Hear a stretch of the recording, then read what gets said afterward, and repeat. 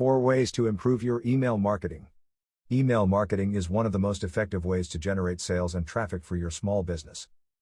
If you are building a company from scratch, email marketing is statistically the best way to grow your audience and increase sales. Experimenting with marketing psychology can drastically increase the number of people who open and respond to your emails. Content that provides value can turn a curious consumer into an email subscriber. Never take the easy path and buy lead lists.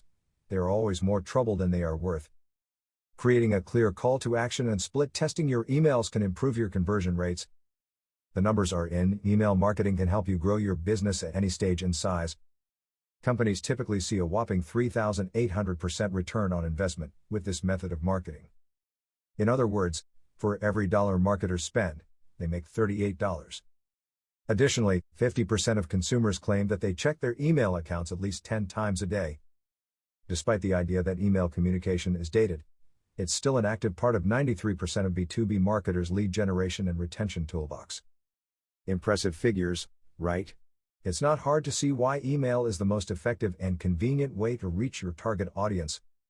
Here are several tips to keep in mind if you're experimenting with email marketing for the first time.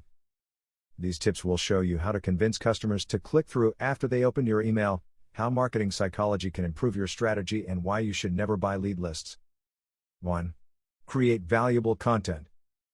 Valuable content is one of the cornerstones of a successful email marketing campaign. If you're not offering consumers something they find useful, why would they consider signing up for your mailing list?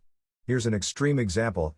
Imagine you find a website that seems interesting, but you want more content before you decide it's worthy of your hard-earned money. You sign up under a generic subscribe now button, and now you're waiting for additional content. Sadly, you never receive the content you were expecting. Before long, your memory of that business will fade, and it has lost out on a sale. You don't want to put consumers in this position. Instead, let them know in advance what to expect when they join your subscriber list.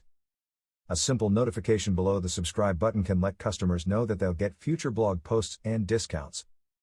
Similarly, you could create a lead magnet, such as an e-book or case study, and offer that piece of content to subscribers. You know what topics are relevant to your audience. Make content that interests them and addresses their pain points. 2. Never buy your leads. When new business owners decide to create a blog or e-commerce storefront, their goal is to build a large following as quickly as possible. Buying a lead list may seem like a great shortcut, but it hardly ever brings success. Worse yet, if you or anyone on a purchase lead list live in Europe, you're breaking the law by way of the General Data Protection Regulation, GDPR. Besides being illegal in some areas, purchase lead lists are generally full of people who have had their data stolen and sold on the gray or black market. There's a high probability that consumers on these lists will not care who you are, what you're selling, or how sorry you are for emailing them without their permission. Not only do you anger consumers who were added to your subscriber list from a third party, but you instantly break any chance that those consumers will ever trust your brand again. If they are looking for a solution that your business offers, they will go elsewhere because of the lengths you went to get into their inboxes. 3. Implement marketing psychology. Psychological marketing is nothing new to business owners. For years, companies compiled data and researched the work of doctors and scientists to discover new ways to reach audiences. We have all experienced FOMO, fear of missing out, at one point or another in our lives. For example, have you ever browsed a website only to notice a giant flashing sign exclaiming that there's a limited time sale happening right now?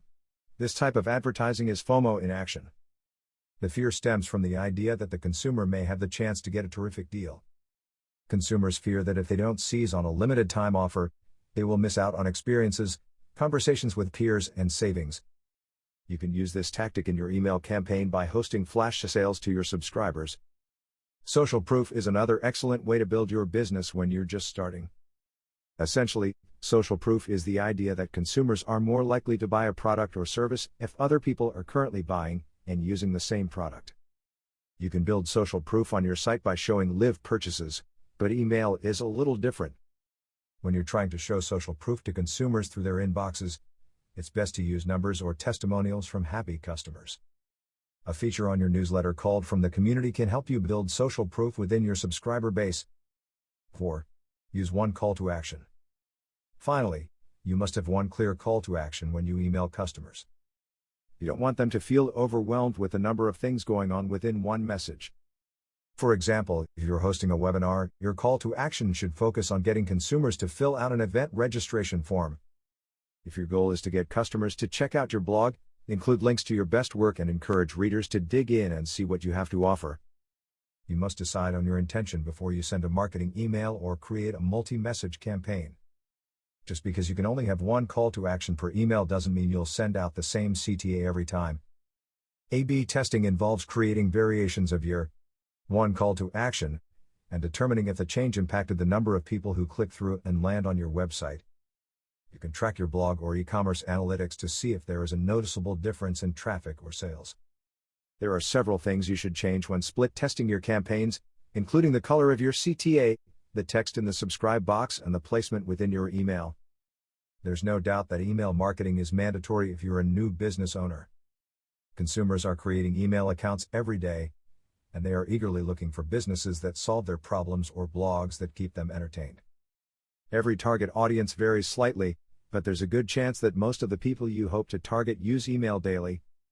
As your email list grows, you can begin segmenting your subscribers into different groups for targeted emails. Personalization is an excellent addition to your email marketing campaign, and it becomes more useful as your numbers rise. Before long, you'll have a long list of subscribers interested in engaging with your business, consuming your content, and buying your products.